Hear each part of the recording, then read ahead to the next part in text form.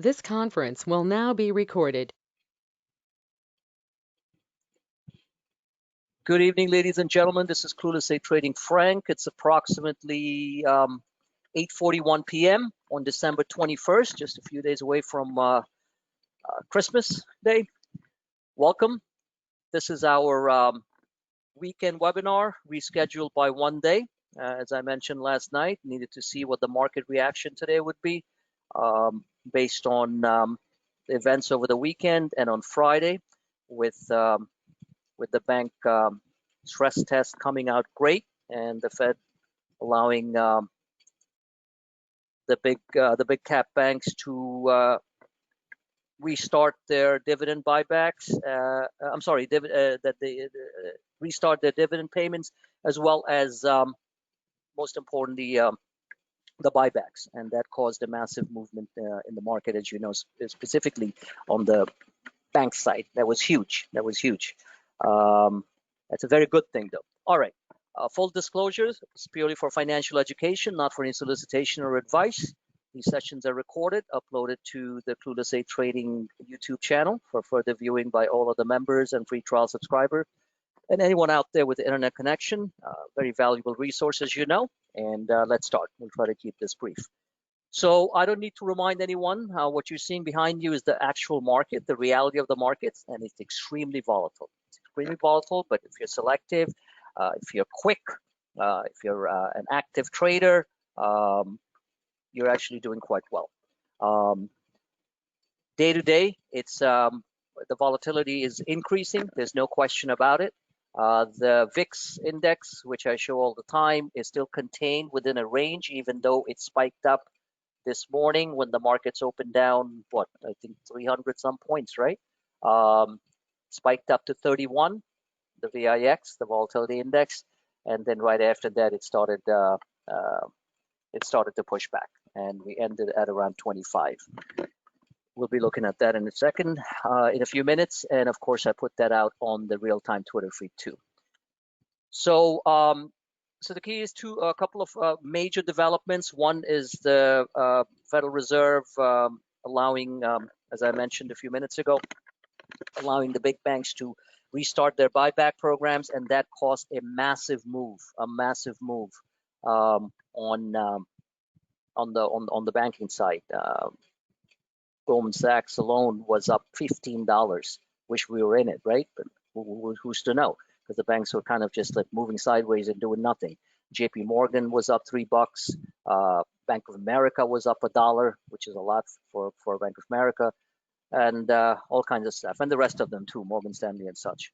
The second thing is the stimulus bill. Looks like they hammered it out, but we still need to get a full ratification of it. It should be coming tonight, from what we understand, but you never know, right? But it looks like it's been done, and it needs to be ratified by the Congress and the Senate, and then it gets sent to President Trump's desk, and he signs it. So that hopefully should be done by tomorrow. Okay. Now you wake up, you see all that good stuff that happened at the end of Friday, meaning the bank stuff. Even though Friday was kind of a mixed day. And then you wake up on Monday morning and the markets are down 300. So that's the reality of the markets. Okay, everything's falling apart because of reports out of UK, England, that the COVID-19 virus has mutated, which is, from what I understand from my readings and listening, as far as I can understand, is something that is not out of the norm. It's something that can work, that the COVID-19 vaccines that are out there right now from Pfizer and Moderna are very effective in controlling that mutation. So whatever the case, this is what happens. You wake up and it's like, bang, way, everything's down, other than the banks. So you're like, what the hell's going on, right? So this is where we were. I just want to show this because we have to understand that it doesn't matter what the market ends at on a certain day. We have to follow these tactical charts in order to make money. And today turned out to be a pretty great day on multiple fronts, on multiple stocks. Some dollar cost averaging was needed. Some new positions were set out, which did very well. and we're ready to go. Right now, futures are flat to slightly higher. Nasdaq futures are strong. It's up about 36 points, and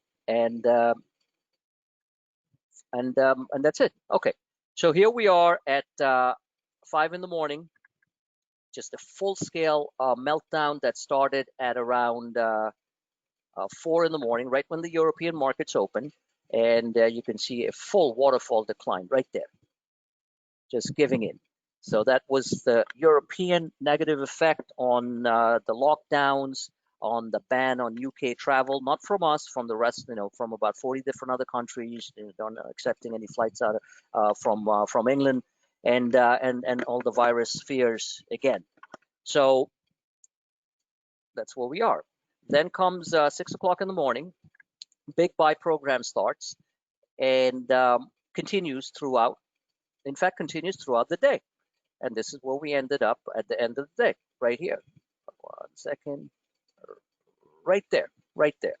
So as you can clearly see, that was a massive recovery. We saw that. I came in a little bit later, had some personal stuff to deal with, and I started to post the charts, started to post the alerts, and it worked out pretty fantastic. So right now, when you look at the macro picture, zooming out a little bit, we are still within this very wide range, and hopefully we don't get there again tomorrow, because that's going to be another okay, let's go and try to buy the lows again. I wouldn't mind that, but wouldn't want to wake up tomorrow morning with 400 points down either. I'm sure all of you agree with me on that. So right now, it pretty much, from a technical standpoint, as I look at this is the trading range that we should be trading on, which is 36.44, and on the upper end, 37.14. And of course, we have the new all-time high that was printed at pre-market on the 18th. That was on Friday, right there, right there.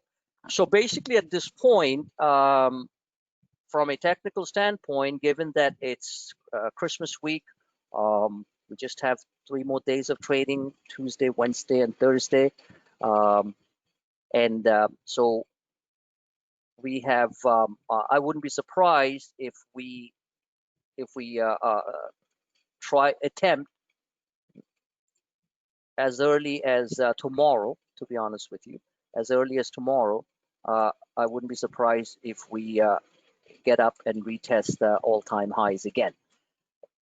At this point, this is still, as I've mentioned many times on my previous videos, this is still a W formation. You can see that. Then we were having a sideways consolidation. You can look at it as a cup and handle with a sideways consolidation as the handle. And then, of course, like I said, the sell-off started on at 1 in the morning.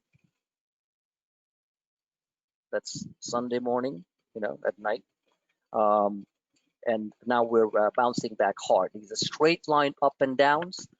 That shows that the market still got a lot of juice. It wasn't the virus mutation and such has been taken in stride, and the partial lockdown in England and all that stuff has been absorbed. That news has been absorbed by the markets. And so basically at this point, like I said, bear with me 1 second, a little tired today.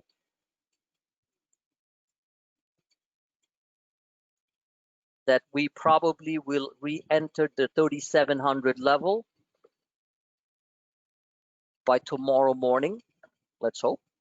And there's going to be, we don't know what the European markets are going to do, but given the action today on our side, with us having such a very sharp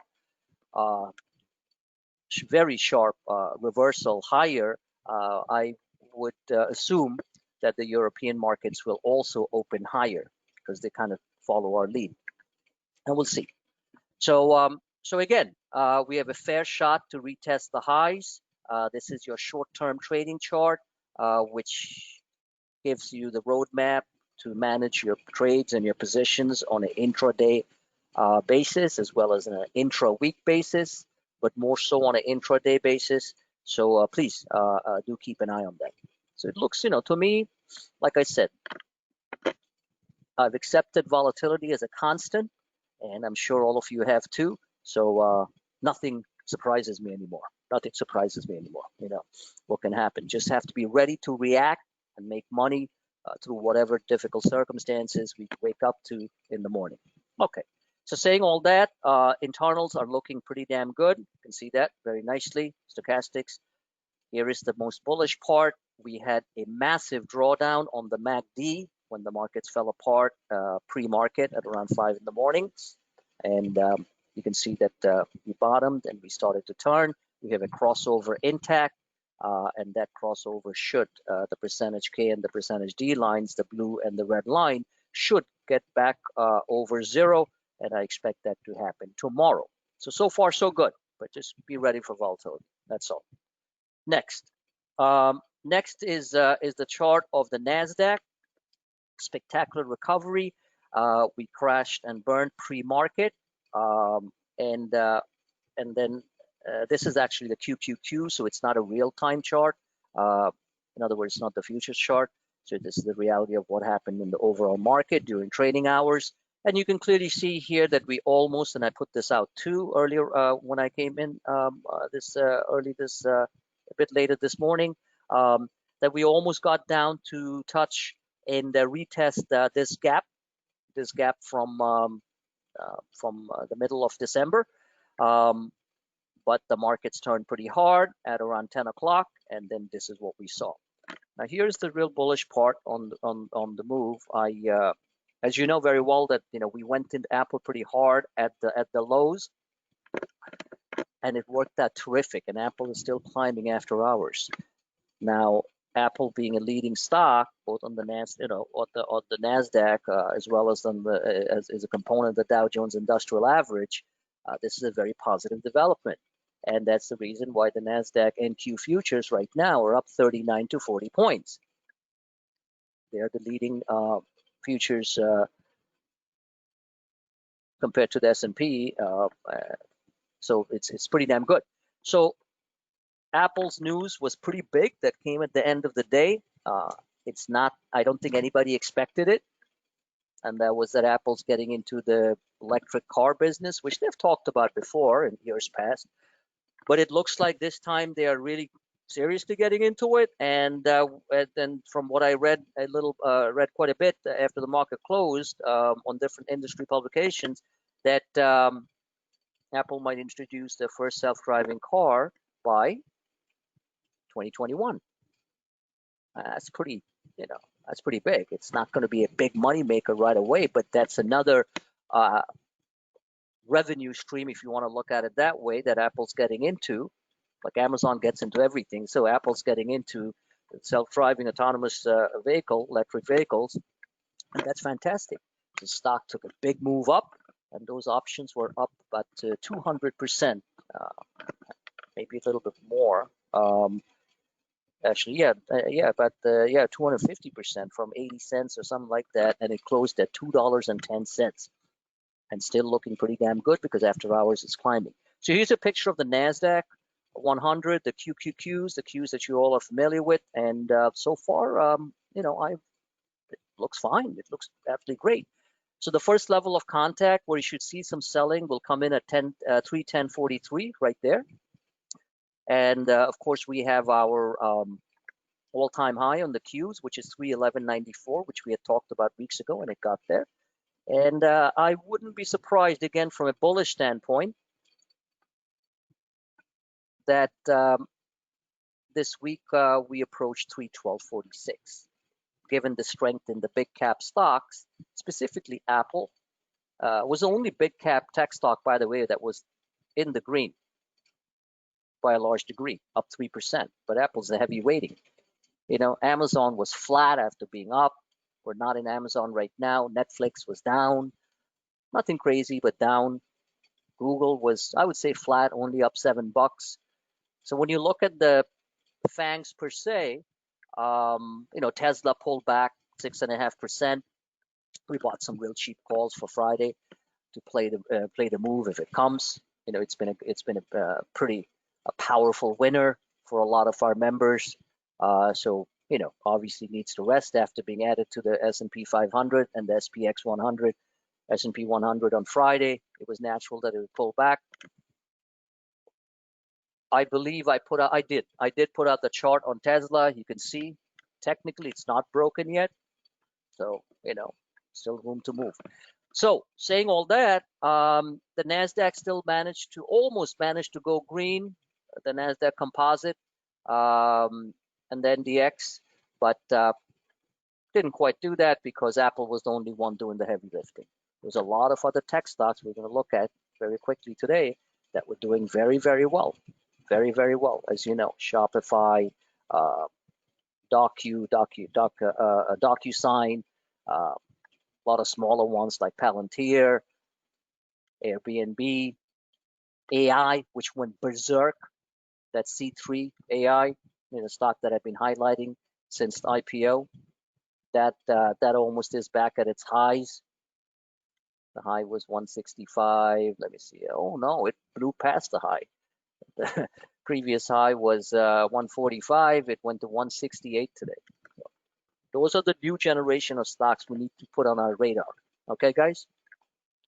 So we need to compile, I mean, I've already done that and I try to showcase as much as possible, a new set of trading stocks where the options are very elastic.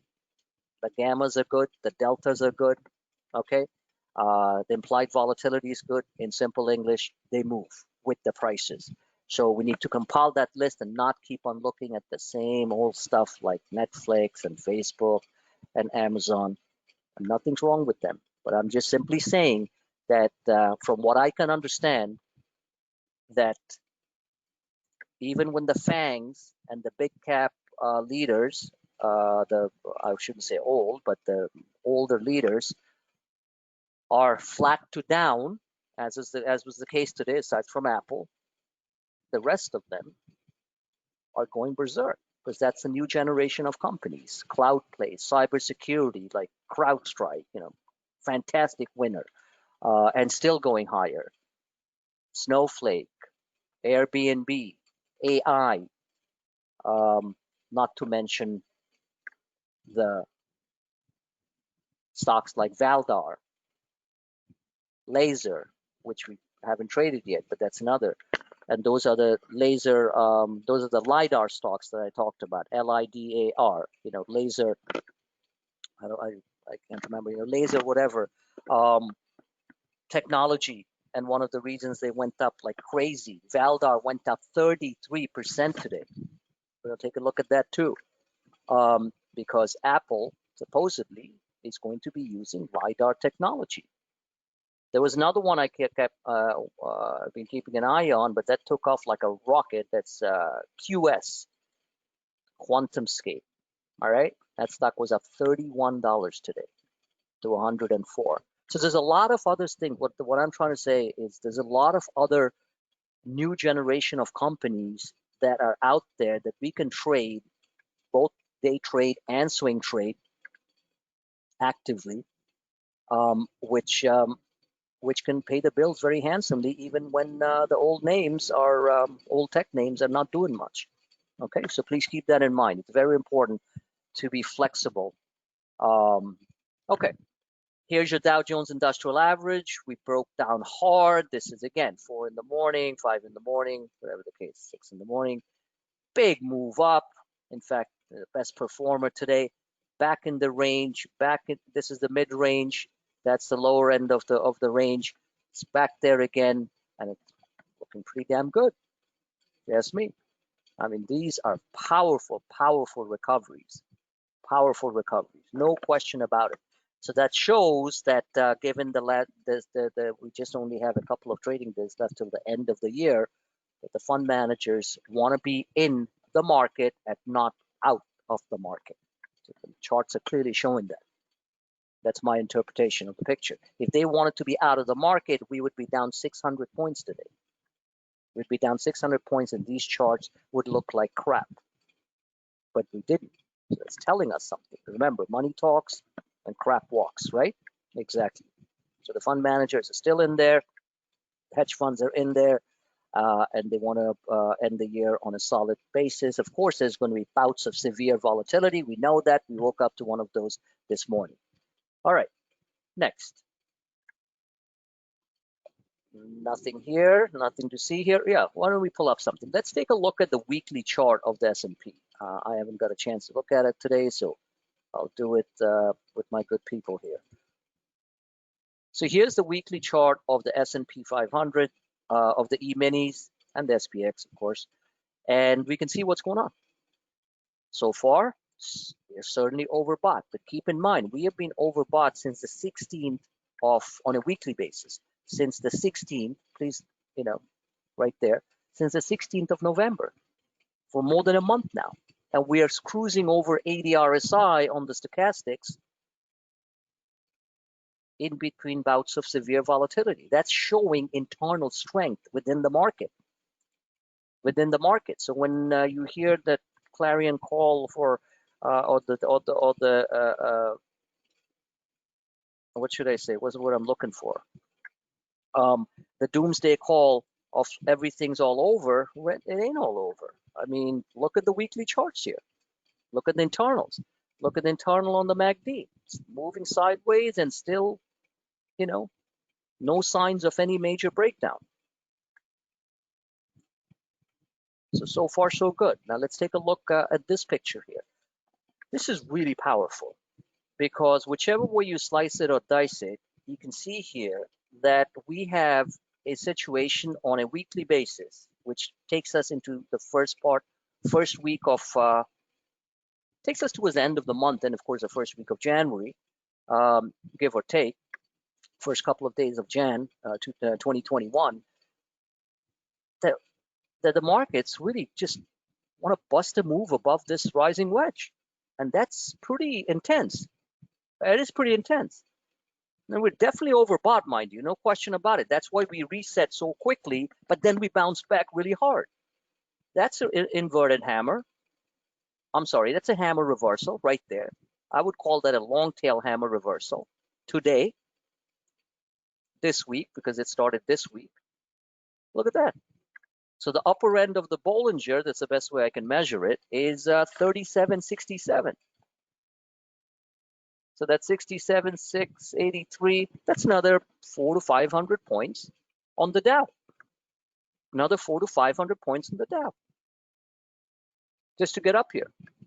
Because every time it gets up to the upper Bollinger, you tend to see a reset or some sell programs, obviously. Boeing, which was down to $211 at the bottom after closing at $219.75 on Friday. Okay, or nothing, but aside from that European sell-off and of course the flights being canceled to the UK and stuff from different parts of the world, jumped up and got back to $219.43 and ended at 218. That's solid. So Boeing, let's say, for example, gets back, and I showed the chart on Boeing. From my charts, I still see, and you guys saw that on the Twitter feed, so I might have a chance. I mean, I might be able to show it to you again tonight, but still, I'm looking at 224. So if Boeing gets to 224, that should lift the Dow up another 200 to 300 points, easy. Just Boeing alone, which will lift the other airline parts of the other airline manufacturers, suppliers, and such, and even the basic airlines. Gotta keep that in mind. All right. So this is very powerful. Let's move on. Let's start looking at some stocks here. Any quick questions while I'm going through this stuff? I'm just trying to cover a lot of things at one go. No? You guys can hear me? Simon? Yeah. Okay, good. Any questions, just feel free to, ask me. So let's take a look at the overall market. Let's take a look at the SPX, for example. Here, one of the things I forgot to look at is actually the SPX. Bear with me one second.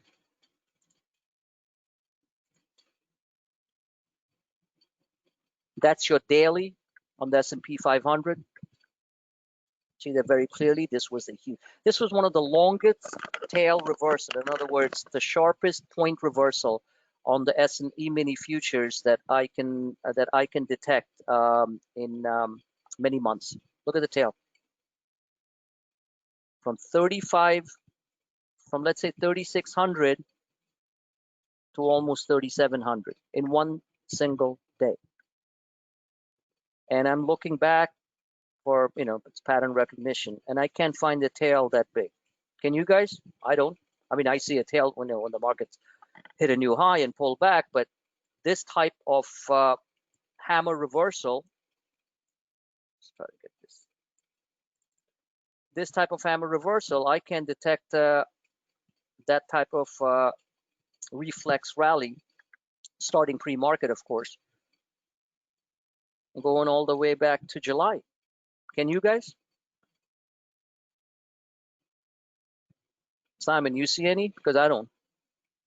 Not that long. No, this is pretty. So this is pretty severe. So what it's basically telling us, because charts are nothing, but they're trying to send us some, actual signals of what the real money is doing, or the money flow is doing. If you really want to look at it that way, money goes in, things go higher. More buyers than sellers. So this is pretty significant. This is very significant, and you have to respect it. You have to respect it. So let's hope that it enters these dotted lines, which is acceleration channel that I've shown and which have been very effective in our trading. We were in that acceleration zone right there. Let me just get the pen.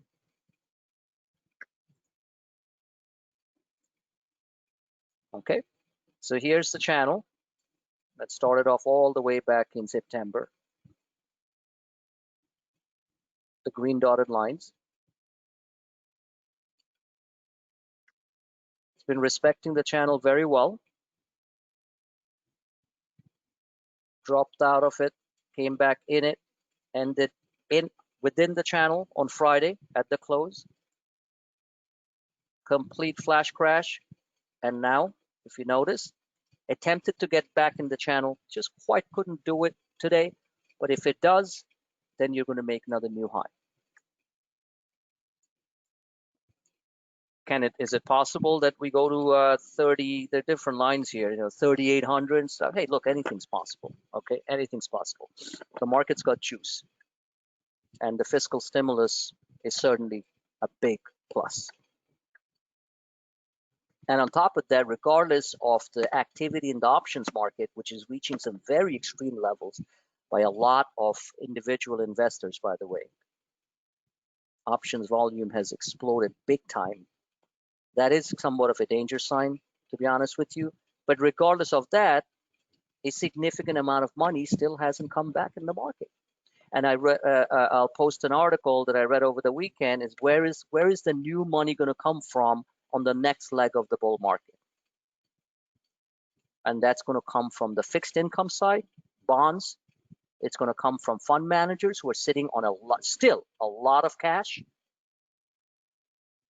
And it was a fantastic article, and the things that I keep on talking about, So I'll post that. So please read that, because it's a very insightful article as to where is the next level, next flow of money going to come from. You need money to move the markets higher, and it was really eye-opening. Okay, so there we are. Let's get this out.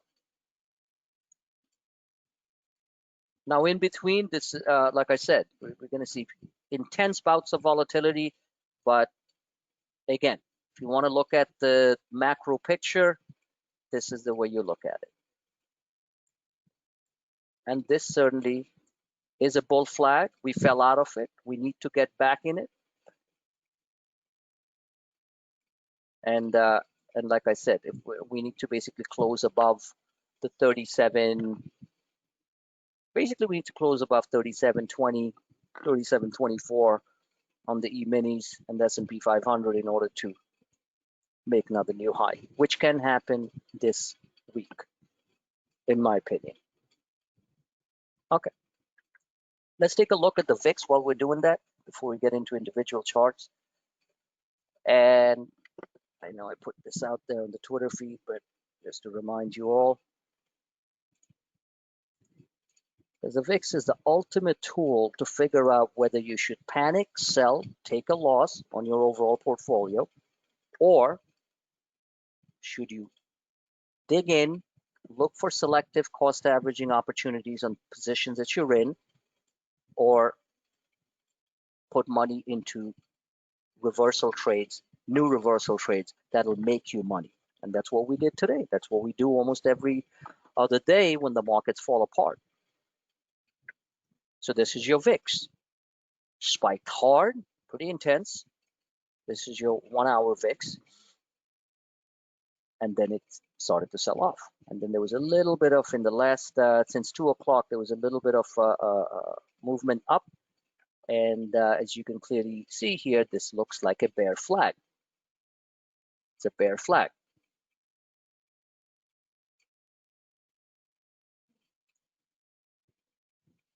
One second.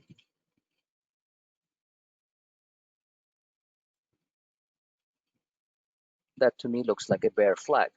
Now the VIX can spike up for whatever reason. We know that, some other news coming out of Europe, some kink and some delay again on getting the whole stimulus bill completely ratified and the bill approved, made into law. Who knows? Then you can see the VIX spike again back towards 27.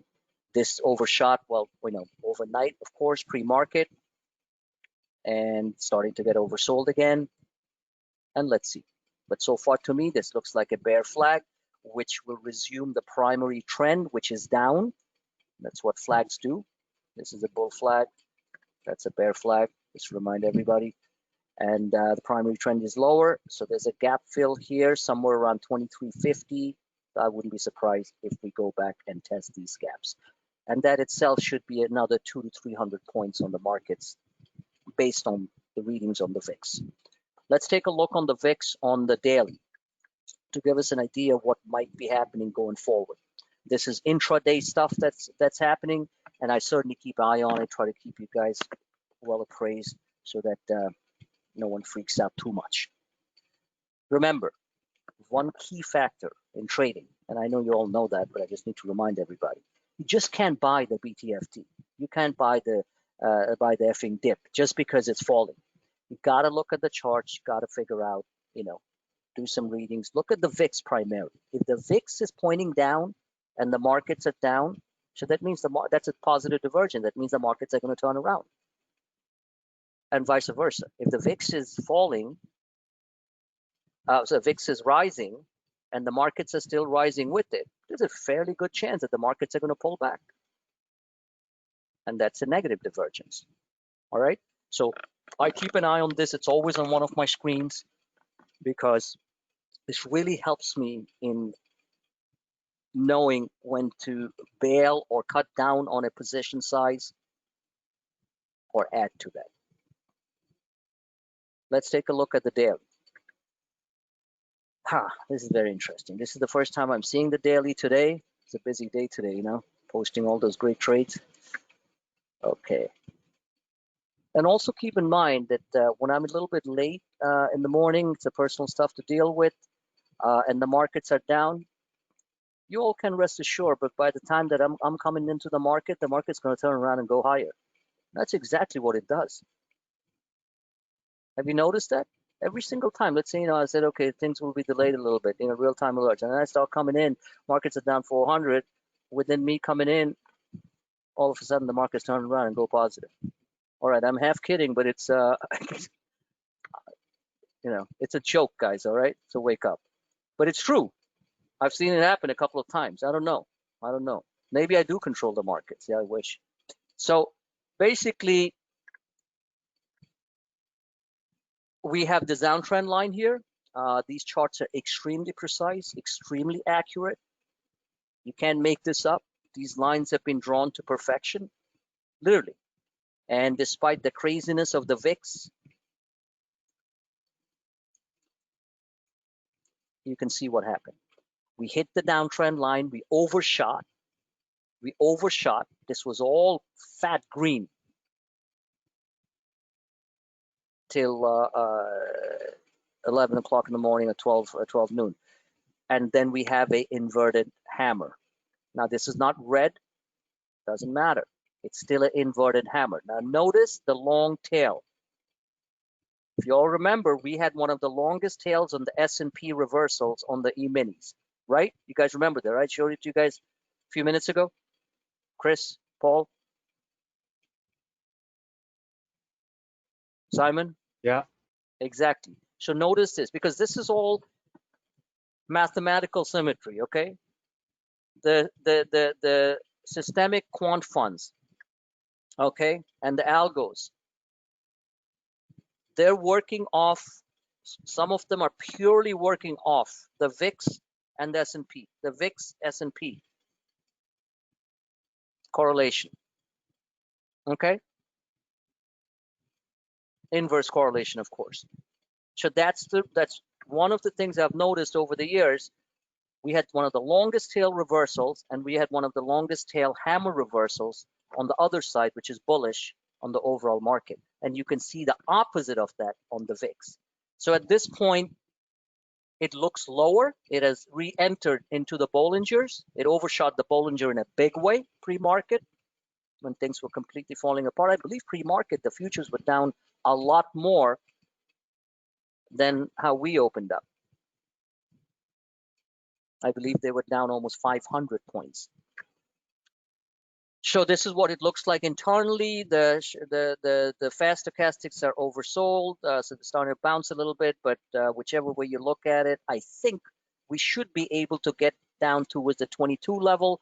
The numbers don't matter, but the directional bias matters. Directional bias looks lower, and if it continues lower, then we should get that bump on the other side. Don't expect that happening first thing in the morning. I don't know, but that's what it looks like.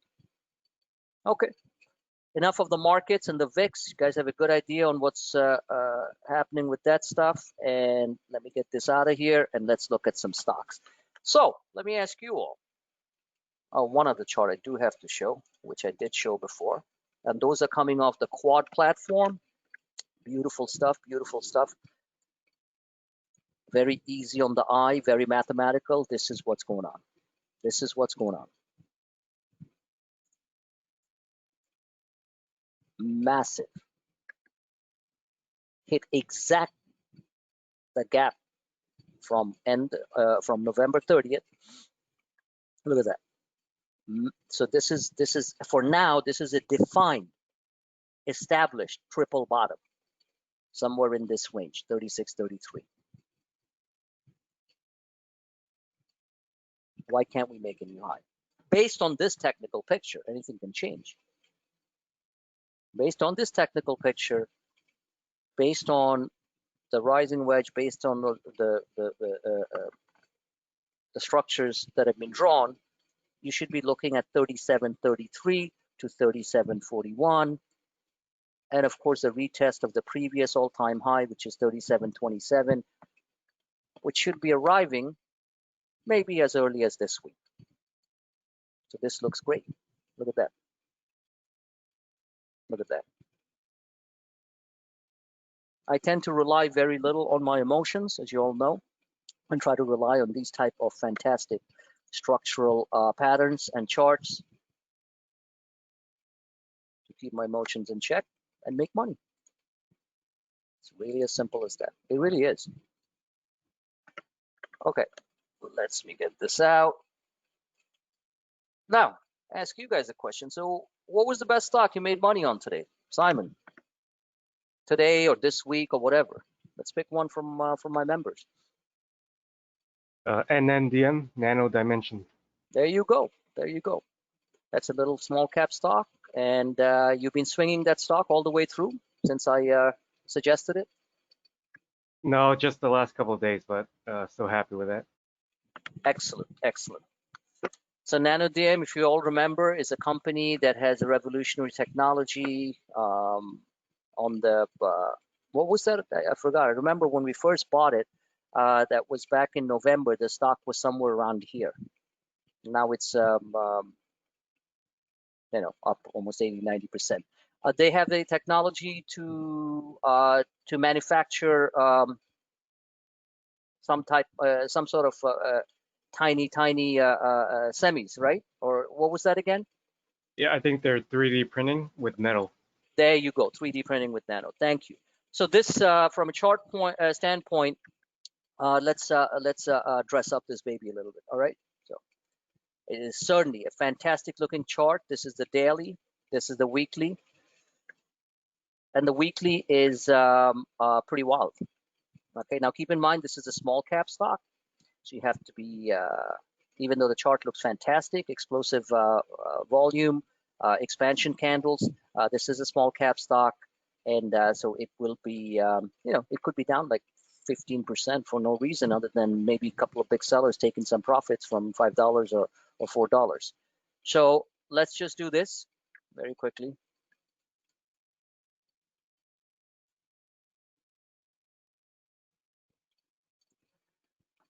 So this is giving us exactly, and these things have been pretty accurate. This is a weekly chart for swing traders who want to put some of this away. And NDM, so these are your numbers: 947, 15. Wow. The Fib 50, which doesn't happen in one day, it'll take a few weeks, going into the early part of next year, maybe earlier, is $19. Just like our blink that no one believed in. Some people did. Exactly. When the stock was 8, the stock closing into 40 now. 39.20 today at the highs. Okay?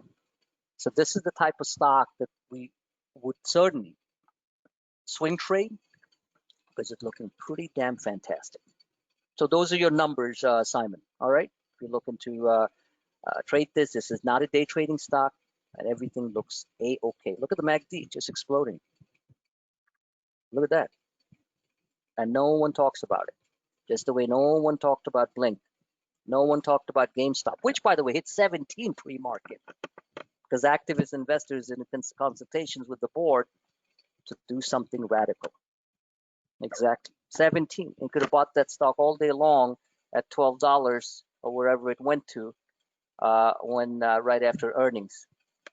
After earnings, the stock went to $12.23. It hit 17 today. That's almost 90% higher. Exactly. So that's the next chart that I'm going to show you all. This business is not an all or none business, all right? When you give up and you say, that's it can crappy earnings, you can't do anything, it's a piece of crap, and that's pretty much told you guys to buy it again. It closed the gap and ended exactly at the gap fill, at the pivot, right there, at the gap fill. And if this chart is not a good looking chart, I don't know what is. Okay? So wake up and smell the coffee, you fine gentlemen, ladies and gentlemen, okay? Wake up and smell the coffee. There's a lot of small caps which are going bonkers. But just waiting on the big caps all your life long, fine, that works too. Of course, those are the leaders. Why not look at something like this? You can make 80%. This is a daily chart. This is what happened on the 14th. 14, that was just last week. In 1, 2, 3, 4, 5 days, the stock went up close to 80% plus. That's the stock. Forget about the options, which were in the pennies. So I still think the stock is good for, it's good for higher. I mean, I think it gets to the upper end of the channel, 20 bucks. I said that before. It did get to almost 20, before it started to fall back. It was holding in a range. And then, of course, the earnings. So I still think the stock's good for 1772. Could happen as, could happen just any day. It happened today almost.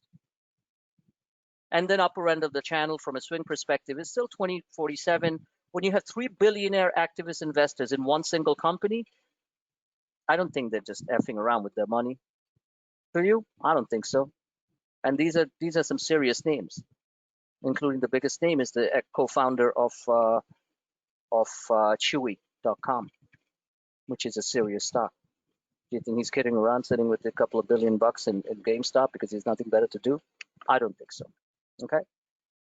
So while I have this chart here, let's take a look at Apple. Big winner, powerful breakout. good to go, has already gone. So unless we have another flash crash tomorrow, you're going to be cha-ching again at the open when the stock opens up about $2 or maybe more. So this is what is my, this is the daily chart on Apple. So basically what the stock did from a technical standpoint is okay,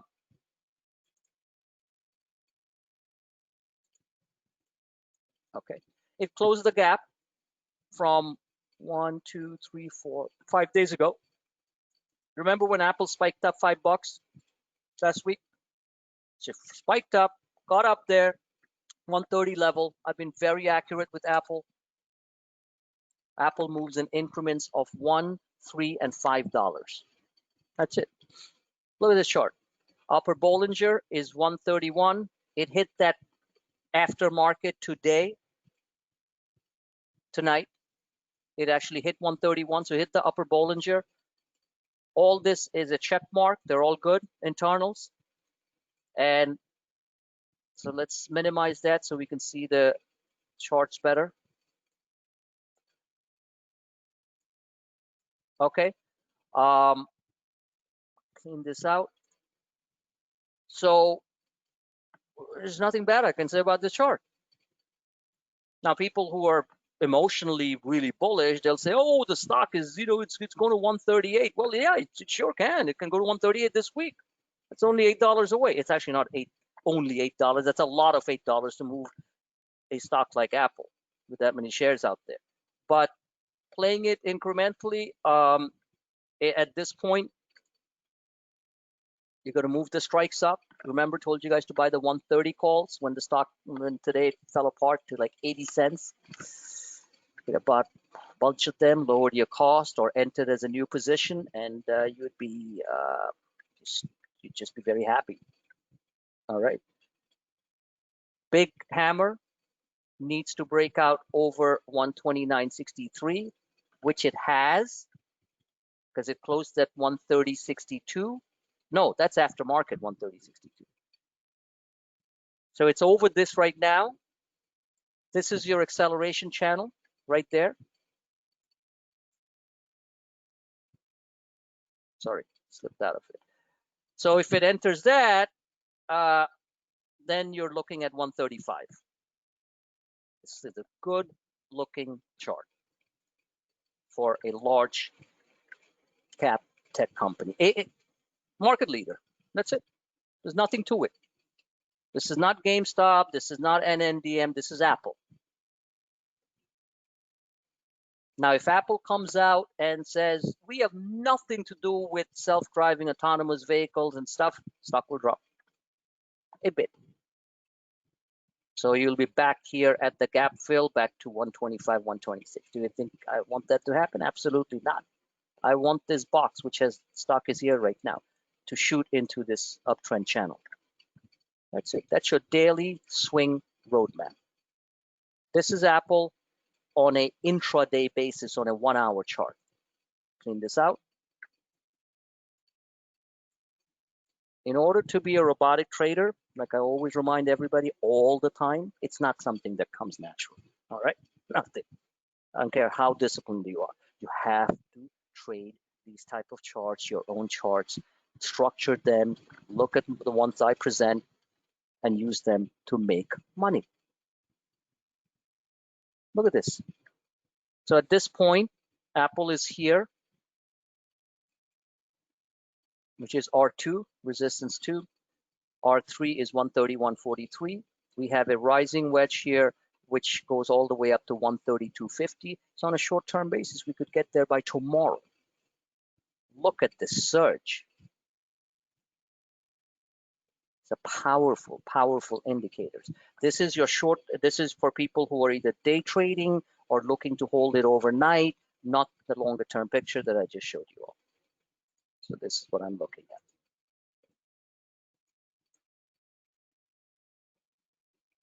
And I can assure you that if it hits the upper end of the rising wedge, you will see sell programs come in. Even if it's for a point or two, it will come in.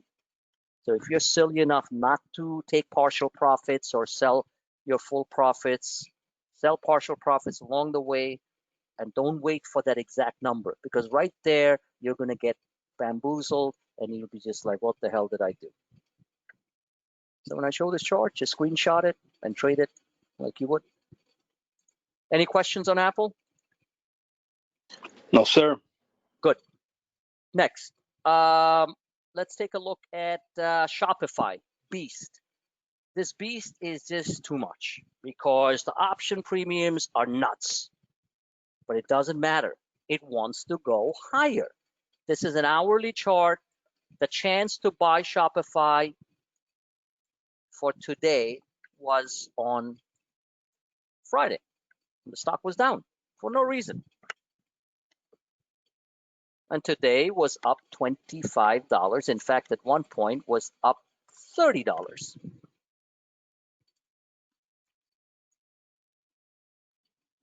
So, I mean, what can I say? I mean, this thing is, and again, this is a highly volatile stock with a very strong directional bias higher. You can swing this stock, you can day trade this stock, you can do whatever you want with it. Just don't fall asleep at the wheel. Okay, don't fall asleep at the wheel, because the options aren't cheap. Options for the 31st, the 1260s. I think the stock can get to, I'll show it to you how, is $17 right now. At the bottom of the market today, they were $8. 8. So let's say you managed to get in at 10, you'd be up 70% on your money intraday, and many of you here, Heisenberg, my good friend included, have done that quite often. But you have to have your eyes glued, you can't just fall asleep at the wheel. You need to put some, sell orders out there, do whatever you need to do. So how do I think the stock's going to go? This is an hourly chart, so this is for active traders. So let's do this.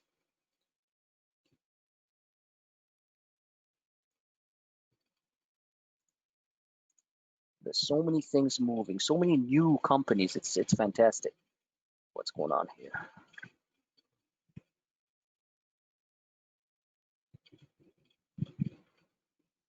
Okay, I have no idea what they're trying to do. I'll just hand draw it. So what's going on? Bear with me. Maybe because I'm in this screen. Oh God. NMDM. Screw that.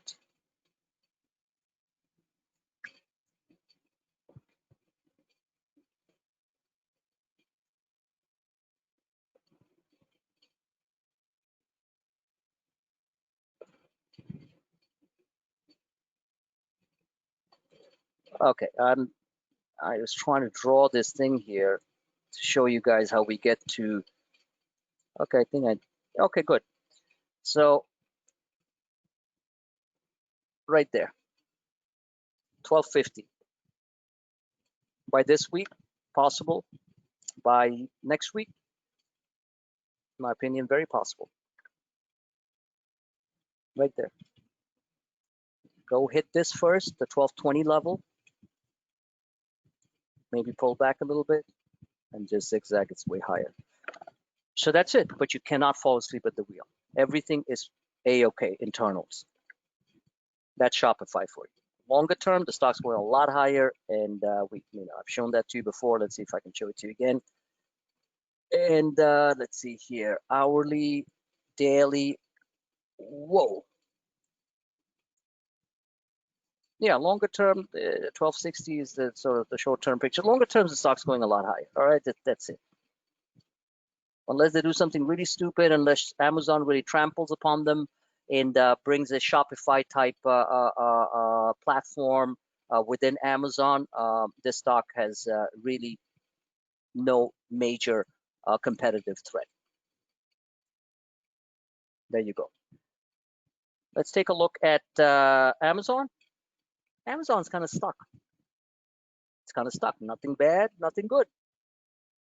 It's right there. It's stuck. You can see that. It basically needs to break out over the 3260 mark, and then we see 3368. Because right now, all it's doing, it's it's kissing and sitting on the dotted yellow line, which is the pivot, which is around 32.08. And why is Amazon doing that? Well, part of it is the fact that most of the FANGs were down, and that stock was actually higher. Stock was at 32.26 at the highs, 31.66 at the lows. So it went up a lot and then ended up doing nothing.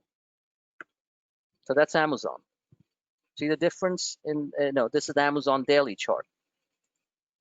And hourly,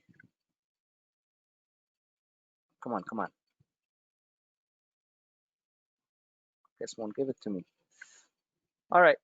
So nothing is wrong internally, whatever, but the stock really needs to, it created a very sharp triangle formation, broke out of it on the 15th, and then gave back in. So nothing wrong with it, but kind of boring right now. Let's take a look at Facebook, because then everyone looks at Facebook. Facebook's the same story. It's just sitting around. Nothing wrong with it, but it's got that antitrust pressure. It's got, EU guys all over them, the Congress and Senate over them. So the stock's basically just killing time, moving sideways, right there. So when I show this chart, during the day, just screenshot it, keep it, and don't ask me, hey, what's Facebook doing? Because I don't know. It's just moving sideways. A couple of points, yeah, you can scalp it. It's not really doing much till it breaks out. And the upper end of the triangle is 291. It needs to bust a move from here. Or even the trade from here to the upper resistance of 286 and stuff. Yeah, you can trade that. So nothing that exciting here. That's all I'm saying. Tesla, always an exciting stock. Now Tesla is creating a falling wedge. And Tesla's chart is, okay. So this is Tesla's hourly chart. Now you know what Tesla's done for us, right? We all have regrets. All of us, could have made 100 times more. We still did well, but we never expected the stock to go to 700, even though I showed it on my charts. It was too tricky. Lots of long tail reversals from the top, inverted hammers, the hammer reversals. Look at this tail. It's all kinds of good stuff. Right now, here's the exciting part. Tesla's getting oversold on a short-term hourly basis. Look at that. That's why I put the marker there. So can this happen? Yes, it can happen very fast. Now, some people will say, hey, Apple getting into the electric car business and Tesla's, that's a competitive threat to Tesla. That's complete hogwash. Tesla is the industry leader. Apple's not trying to compete with them. Apple doesn't want to build like Tesla trucks and Model Y, Z, whatever Tesla models are. Apple just wants to have a space in the autonomous electric vehicle industry, not to be a car seller. But Apple apparently has some pretty innovative technology on the battery side, which is really the juice. So from its standpoint, the stock can get back to 672. Those calls that we bought at 3, they ended at around $2 at the end of the day. Tesla started pulling back on the Apple news. I wouldn't be surprised if it goes back to 695. On the low end, if the stock cracks, then it's going to go to 624. This is a very defined trading map. Use it to your benefit. It's there on the Twitter feed. Screenshot it and trade it. Very fast traders, again, do not fall asleep at the wheel. Okay, that's it. Do not fall asleep at the wheel. To me, it looks pretty okay. Next, CrowdStrike. This is probably one of the most powerful charts I've seen in a very long time. Actually, that's a lie. There's some heavy-duty, powerful charts. Some of them we've been in, some of them I haven't. Look at this. Nothing more to say. You got to buy, hold, buy, sell when you're up a bunch like we were today, and then move the strikes up, buy some time, sit, moves up, I said the stock was going to go to 220. The stock went today to 211.61 after being down to 201.80. It was only down $1 during the market crash today. It's not a big deal. Any questions about crowd here? I mean, you guys like this chart or what? So upper end of the scale is 219. It can go a lot higher. You know, I kind of coined the term. This is the Tesla of the cybersecurity cloud market. And that's my description of CrowdStrike. There's CrowdStrike. There's Cyber. That was up nicely too. There's Proofpoint. I chose CrowdStrike. There's FireEye that everybody trades in, but I don't really trade FireEye, even though it was up a lot one day. Because FireEye got hacked a few weeks ago. A cybersecurity company got hacked. So, sorry, not my style. I'll stick with these guys. It's a very powerful chart, great trading stock, got to be in it. Big C, still lounging around, still think the stock's going to pop. Got the January 15 calls. So far, still the same old story. Okay. Why the stock has been held back, I have no idea. But, like they say, buy low, sell high. So, I'm okay with it. Oversold directions, moving sideways. Any questions so far? I keep blabbing on, but any questions on these things as I'm going through? Feel free to ask. All right. Square is Square. Square, I told you guys months ago, the stock is going to go to 250, and it almost went to 250. Square is a funny stock. It'll be up like $5, and then by the end of the day, it'll be down like 2. But Square is a huge beneficiary of Bitcoin. Bitcoin's rally. So Bitcoin was down today. I don't know where it ended up. I mean, ended at the end of the day or even now because Bitcoin trades 24/7. Maybe that's why it was down a little bit. But so far, if you want to look at Square from a very bullish standpoint, then this is what it looks like.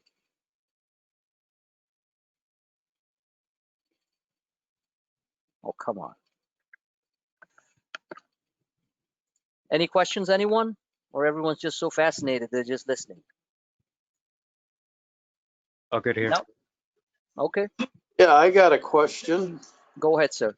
Let me just finish one thing. So Square on the upper end, you're looking at 260, 270. So it's a beautiful uptrend channel. It's a great swing trade.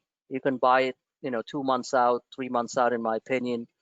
It's in a powerful, fast-moving, innovative industry, and it's a good-looking chart. Yes, go ahead, Mike.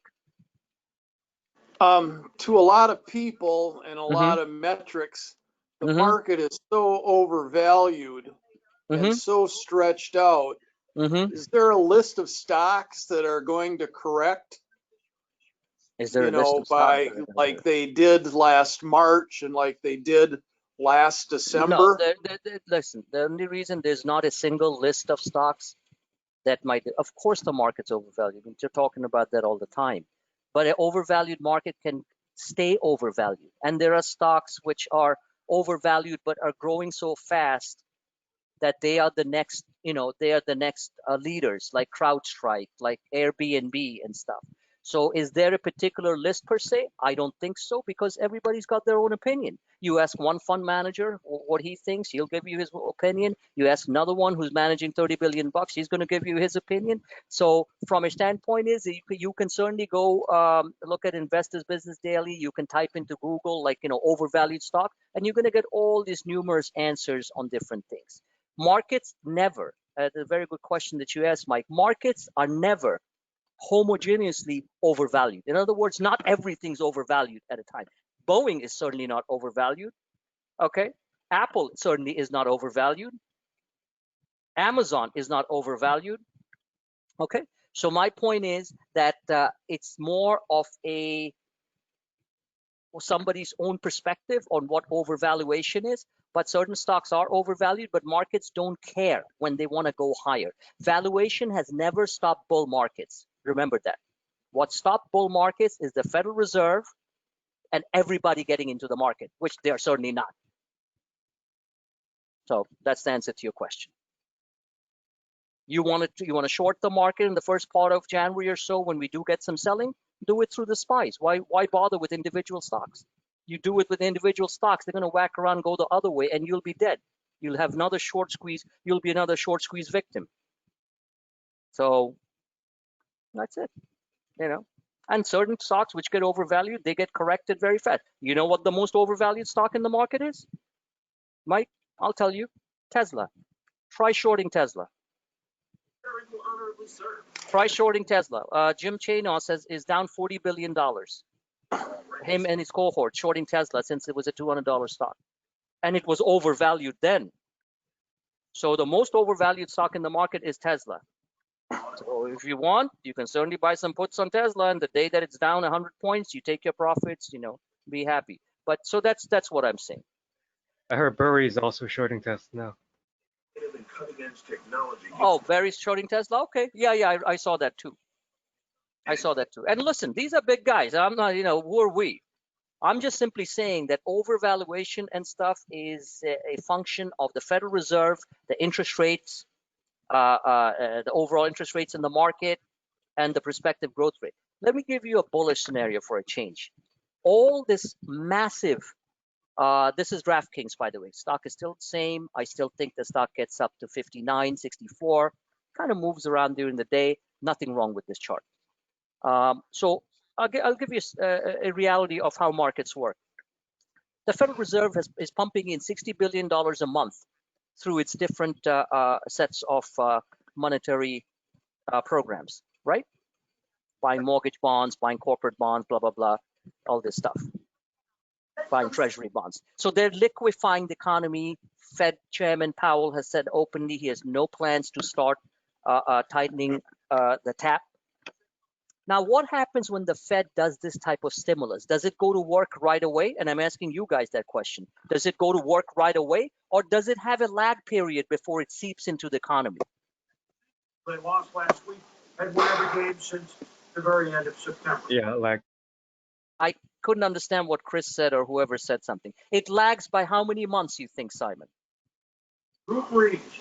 probably at least a quarter, 3 months. Chris, your microphone's really bad today, so you're coming out really muffled. It's not me, Frank. Oh, okay. I'm sorry. Somebody else. It lags by how long, Simon? 3 to 6 months, I think. That 1 is or 2 correct, quarters. sir. That is correct, sir. That is absolutely correct. 3 to 6 months. So let me ask you guys this question. 3 to 6 months it takes for this massive liquidity infusion that's going into the U.S. economy through the monetary stimulus of the Federal Reserve Bank of America, the king of the hill. Okay? So it takes 3 to 6 months to seep in. So my question is, where is the overvaluation?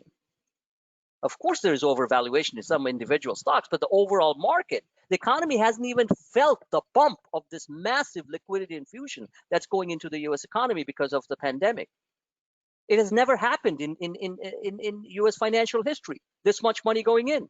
So what's going to happen all of a sudden? We're just going to fall apart? The credit markets are fine. Are people getting short-term a little too happy? Yes. So you get short-term corrections, but not long-term bull markets. In my opinion, and who am I? I'm just a small fry, you know. I think we're in the start of the next leg of the bull market. And I'm not the only one saying it. Tom Lee's saying it. Some other guys who were bearish, who have turned bullish now are saying it. Mom and pop still ain't buying stocks. The 401 pension funds are just starting to come into individual stocks. Just read an article that I sent Paul the other day that the largest sovereign fund, country fund, sovereign wealth fund in the world, anyone know which one it is? Which country? Take a guess. It's a European country. Okay, none of you know. Germany? Norway. Okay, the Norwegian wealth fund. They're the big whales. The new fund manager, they were into passive investing. They were into like, you know, kind of like semi-conservative and this and that. He wants to go full blast into growth stocks. Full blast into growth stocks. He's getting a lot of criticism. He's like, I don't care. That's where the growth is. So think about it. These guys are the whales coming in with 10 billion, half a trillion. They're the monsters. And he's saying that it's time to get into growth stocks. Just think about that for a minute. Now, that's the big picture. Short term, we get 1,000-point correction. That's not a problem. But this is what's going on in the real world, ladies and gentlemen, in the real world. Now, the minute, as I repeat again, the minute the Fed starts to hint that they're going to tighten the screws and start easing back on their mini quantitative easing programs and buying amount of assets that they do, that's when the market's going to go into a mini bear market. But we have no indication of that whatsoever. He's made it as clear as day. He has no plans on doing that. Okay, enough of the economics lesson. Let's move on to Airbnb. Powerful, powerful. I mean, this stock can go to $200. I told you on one of my webinars, this is like Priceline on speed. And Airbnb, everybody knows. So if you want to draw some charts here, I would be looking at 185. And Airbnb calls did very well for us. Told you guys to buy it. It shot up to 172, made about 50-55% just within a couple of hours, if not from before. I told you guys to buy it before too. So there's your Airbnb. Good looking chart. Wants to head towards 183. Probably land up at 200. Is it overvalued? Absolutely. But what's the growth rate? Big time. That's it. Snowflake, I think the stock's ready to go. Has been going. I'm looking at 358 and 368. If it does get a chance to re-enter into this acceleration channel above 375, see you later. $400. Okay, $400. But forget about going there. I'm a trader. I trade increments of dollars. 358, 368, and then we see what happens. Whichever the case, that's a plus. That's a plus. If it's down, look at these type of charts when I'm putting them, or screenshot this chart. Get in there, make some money. Don't have to go hog wild and put all your account into this type of stuff. But hey, why not buy 1 or 2 calls and make money? That's Airbnb, looking fantastic. Do I think the stock can go to 390? I think so. Snowflake. AI, I don't know what to say. It's off the charts. I mean, I got to screen size my thing. And this company's, like I told you guys on my past webinar, is way out of control. Nobody competes in their space. Nobody. The other one that competes in a space is another one that's working slowly but surely for us is SDGR. That is closing into 83, closed into 83 today. We're going to look at that in a second. Okay, artificial intelligence, AI is the future. All right, so those are the companies of going forward the next couple of years. So look at this stock. IPO went, I mean, it's going. So somebody, one second. Is it overvalued? Yes, it's overvalued. And it's going to get more overvalued, my friends. Because that's not that many shares out there. And every bozo fund manager who's not in it wants to buy this stock before the year ends. And that's the reason why it's doing what it's doing. So this is your channel. 172, you got 12 points there. AI, stamp it on your screens, please.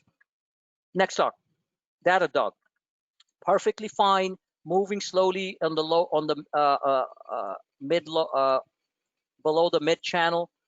I believe the stock's going to break out over 111 and hit its high of 118 very soon.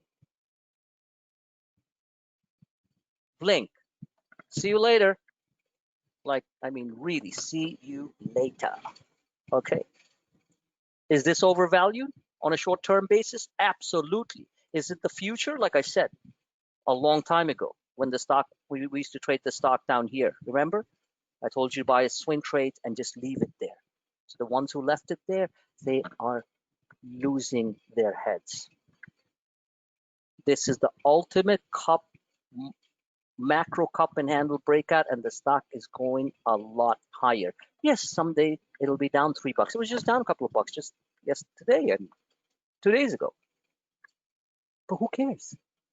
Because these are the stocks that are moving higher. I said a long time ago that Tesla might even buy them. And don't be surprised if they do. Blink supercharger, blink charging. So let's do this. Let's join some lines.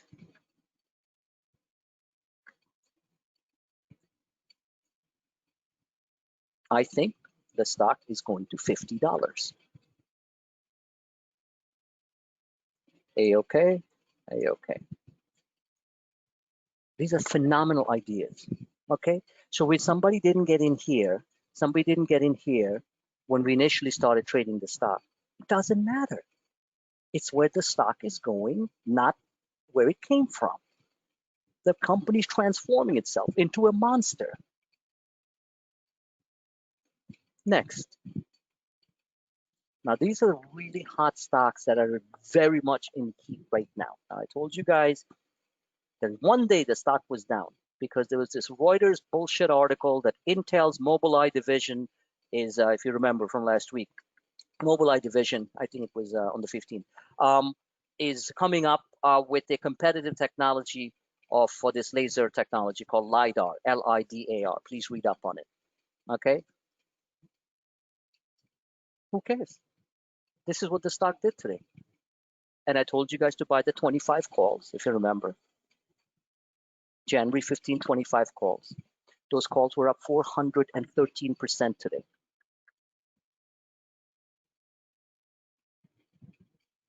And last week they looked like crap, and they said dollar cost average. And they were up 413% today. I have nothing more to say. Because by now, some of you should learn the realities of how options work, because I'm not here to explain it like every 5 minutes. So it's hitting exactly where I said it was going to go, and the stock went today to, where's Valdar? Sounds like a Star Wars thing. Went to 25.44, right there. So at this point, probably rest a bit. Maybe it should pull back a little bit. Maybe give me 2 points to pull back, because I'm out of it now. Okay?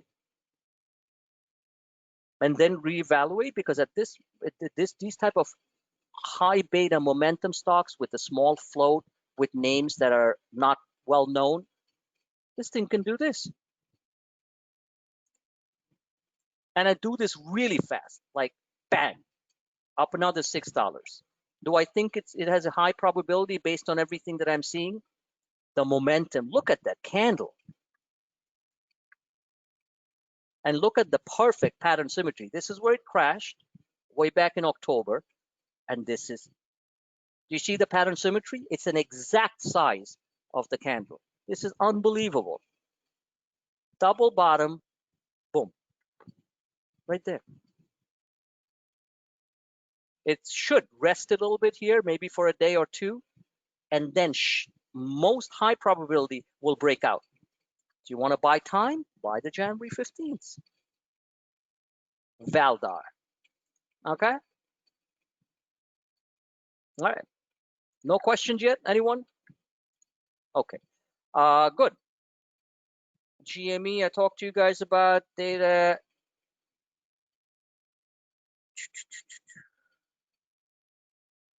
All right, any stock that you guys want to see? I think I've shown you quite a bit.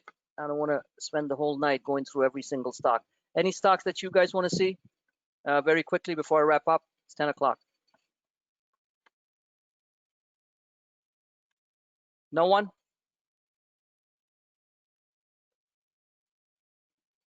Yes, no, Frank, maybe? did you mention Zoom at all? No, I didn't. I'm going to show it to you. Bear with me.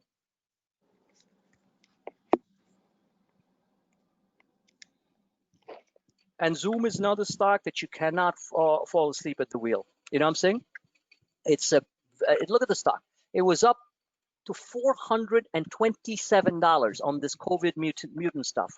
End of the day, only up $2.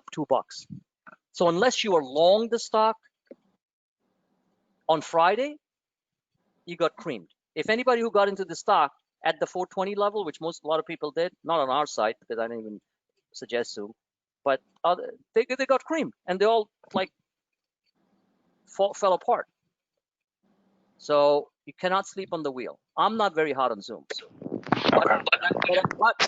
but I still think that the stock is a very tradable stock. Where is my screen? Okay, here. It's a very tradable stock, but you have to be very active. You cannot sleep on it. So let's look at Zoom's chart. So here is Zoom's daily chart. And again, Zoom, like all the good news in Zoom, in my opinion, has been baked in. So where's the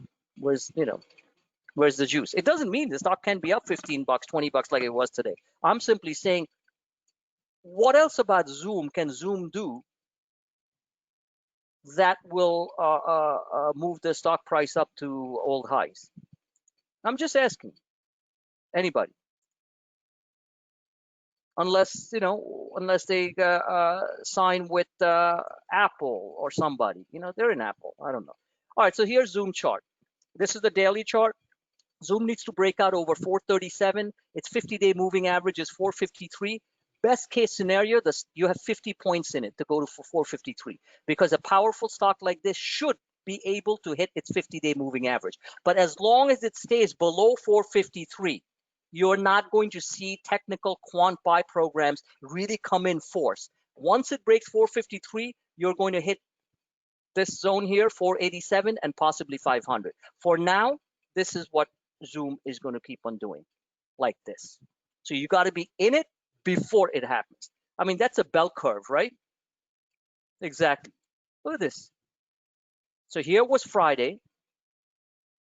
Here was Friday. It's a good point to get in, 400 bucks, whatever. Bang, you got 20 bucks on it, or a lot of it. But most people came in.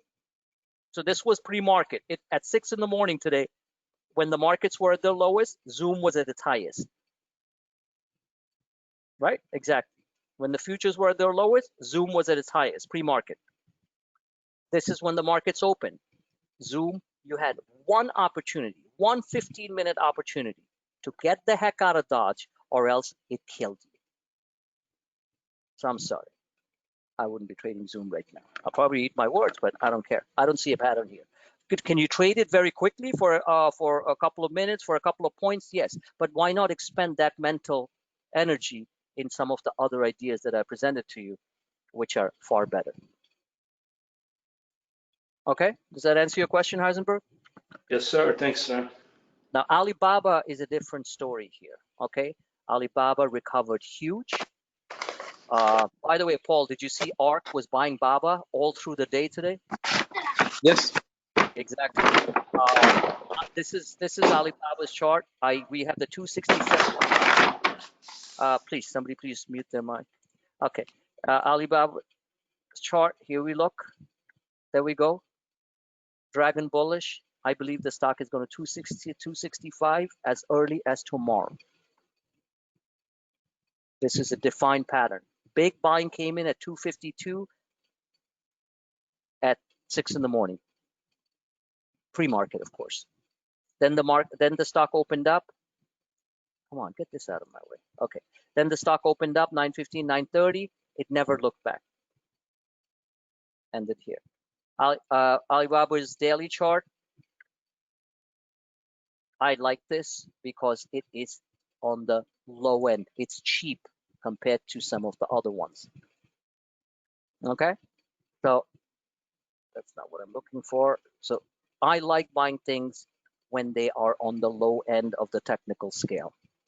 And I like buying things which are making new highs, like the Airbnbs and stuff. But these are the ones that I am comfortable with swinging the trade, because I know what my downside is. My downside on Alibaba is $252. The stock today at the low was $253. So when I look at something like this, I say, you know what? I got a whole bunch of upside. I got a 50-day moving average to go have a date with. It's at 280. I have 268, which is excellent for a short-term trade. Double or you double your more than double your options. The 34-day moving average, 269. So even if once it gets to 269, 272, and hopefully it gets there fast this week, take your profits, move your strikes higher, see what the reaction is here. The stochastics are just turning. The MACD is just turning. So I like Baba, and I like that. Palantir, another one that we got in and doing fantastic. Doing fantastic. We bought it today. Did some of you buy Palantir with me? No, yes, maybe. No, no. Okay. Just curious. Why not? I mean, I showed some great charts on Palantir, told you it was going to be breaking out, and it broke out. Just curious. I'm not like, again, I just, just trying to find out why people don't buy certain things which are almost obvious. Because I showed some fantastic Palantir charts. The options were dirt cheap. They were $1 and change. Just curious. I just got into pretty much everything that you did, probably about 70%, but this one I just missed. I couldn't get into it. Did you scalp some profits during the day too on things that were moving fast, like the Airbnb and stuff? Oh yeah. Fantastic. Yeah. That's all I need to know. All right, good. So bottom line is, here's Palantir. It's a very, very powerful breakout. Here's your downtrend line. And it's not a stock that I trade all the time, but now I'm trading it. Here's your downtrend line, broke out of it with a vengeance. Heavy volume. Look at this candle. That's one fat candle. That's like the third fattest candle. This was the fattest one, second fat one, third one. Okay. So technically speaking, I'm looking at the stock to hit 30, 31. Options move very fast. The Palantir December 31st calls were 65 cents. We got in around $1 and change. They closed at $1.70 after going to $1.76. That's 70% on your money on a $1 call. So what can I say? Exactly. And I showed some fantastic charts on Palantir, saying that, what it was doing. I noticed it. And this is a powerful breakout. So yes, the stock can pull back 30 cents, 40 cents, $1 tomorrow, who cares? As long as this pattern from a swing trade perspective stays fine, I'm going to keep on buying. And plus, they got $131 million contract renewal with the U.S. Army. And this is a well-liked stock. So here's Palantir on a intraday basis. It's a very tradable stock. It was $21 on Thursday. I'm sorry, that was before Thursday. On Friday, so here's your low. So this is a 1 hour chart. You guys can do it on your own screen. $25, $28. I love the way the options move. All right, any others? Because I got to go. It's 10:09. Hey, Frank, real quick, I just have a question. You mentioned something before that what your downside is on some of these picks that you have. What's the possibility of mentioning a possible stop loss if the stock hits a certain price? No, that's your job to do, because when I show those charts with the red lines and everything put there, then that's your job to know what that stop loss is, because I don't do stop losses, okay? I do mental stop losses. So my answer to your question is, when I'm doing a, let me just pull an actual chart, for example, from the thing. 1 second. So let's say I'm looking through. Every red line that I draw for on a particular chart is your stop loss. Is your stop loss. It's not rocket science, but I will not, as a matter of principle, mention stop losses. And you know why I won't? Why didn't you tell me? Well, you're not telling us what, you're not advising us. You're providing us with education. No. It's a very good question on your part. I'd like to enlighten everybody. The reason I won't mention stop losses is because the frigging market is extremely volatile. So I tell stop losses, you get out, and then the stock goes the other way, which it does every single day. when the markets were down 300 to 400 points at the open, and if I had stop losses printed there for all of you, none of you make a single dime today because the market turned around and went higher. This extreme machine-driven volatility does not respect stop losses. So you'll get stopped out, and within 5 minutes, the thing will turn around and go up like a monster. And that it does all the time. Tesla is a case in point. Shopify is a case in point. That's the reason why I will never put stop losses. I show it on the charts. You determine based on your risk level what your stop loss is, because the stop loss that I'm going to show you there, it will stop loss take you out, grind you, spit you out, and go the other way. That's called, I would rather do reversal trades than stop losses. I would rather do reversal trades than stop losses. Did that make any sense to anybody? I mean, if it didn't make sense, please tell me. Heisenberg, did it make sense to you? I mean, I'm just saying. No, I understand why you don't post it now. I mean, I've mentioned this before, so I'll mention it again. It was a very good question on your part. Stop losses are meaningless in a volatile market. Mm-hmm. Stop losses are meaningless in a volatile market. Let's say, for example, I told people to stop loss. This is free market, of course. So every single red line here. This is what I was saying. Every single red line. This is the SPYs, of course, or the E-minis, whichever. This is SPY, SPX. Every single red line is a stop loss. So let's say, for example, here's your stop loss. So you get stopped out within the next hour. Well, less than an hour. Market turns around and goes higher. Here's your stop. Do you think you'd be able? Let me just ask you a question. Do you think you're able to handle that kind of movement? Wouldn't it be more wiser to dollar cost average and based on the fact that it's moving higher than getting stopped out and seeing the same thing go up 3 times higher on profit? And I'm sure it's happened to a lot of people, a lot of the times. Yes or no? Yeah, it's frustrating. So why should I put stop losses? The stop losses are there. You get stopped out. I can assure you, mentally, you will not get in. And I know that for a fact because I've spoken to you many times. So you stop losses at your own choice, but I'm not going to put stop losses. My stop losses are on my charts, and certainly use them on your benefit. But I am not going to, as a matter of policy, put stop. Only time I do put stop losses once in a while is if I'm buying a speculative stop. I'll say, hey, stop loss if it's at 7, I'll say stop loss at 4 or 5, but not on a highly volatile market on these heavy duty stocks, which are moving up and down and mostly up. I'm not going to put a stop loss. Okay. But again, that's not my suggestion to you. You do what you need to do. But in answer to your question, I won't put a numerical stop loss. You can look at the chart and tell yourself, okay, I'm going to put a stop loss here. And what happens after that is up to you. But I can assure you that if you put option stop losses, they will take you out 90% of the time. And I've explained this many, many, many times on my webinars, many, many times. They will take you out, and within 3 minutes, they'll turn it and rip it higher against your face, because they know that most people have a stop loss right at that level because that's their point of maximum pain. I can assure you that, and I don't need to assure you because you have gone through it yourself so many times, where you have sold and the thing has turned around and ripped up straight up the other way. Okay? Agreed. So, yeah. All right, guys. Fantastic evening. Get ready for a busy couple of days. Sleep with volatility. Exactly. And any questions, just DM me directly on the Twitter feed. God bless you all. Good night. Right.